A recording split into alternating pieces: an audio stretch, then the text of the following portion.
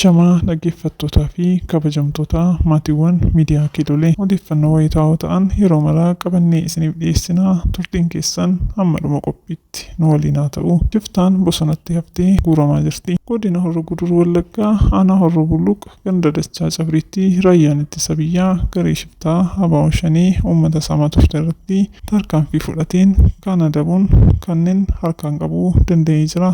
Dabalataan godina Oromiyaa mara keessatti miseensi Shanee hedduun harka kennachuu fi godina Qellem Wallaggaa aanaa Gidaamitti miseensi Abaawo Shanee maqaan isaa Ramadaan Lammeessaa jedhamu humnoota nageenya waloo aanichaatti harka kennachuu gaabbii isatti horii fi kanneen bosonatti hafan karaa nagaan akka galaniif waamicha isaa dabarfateera. Egaa kanumaan walqabatee Shanee hedduun godinaalee keessaa tibbanaa miseensonni Shanee hedduminaan tibbanaa harka kennachaa jiraachuu kanumaa beekamudha. Egaa dhaggeeffattootaa fi jaallatamtoota keenya qophii har'aaf qabannee asumarraan goolabna. Yeroo gaarii qabaadhaa.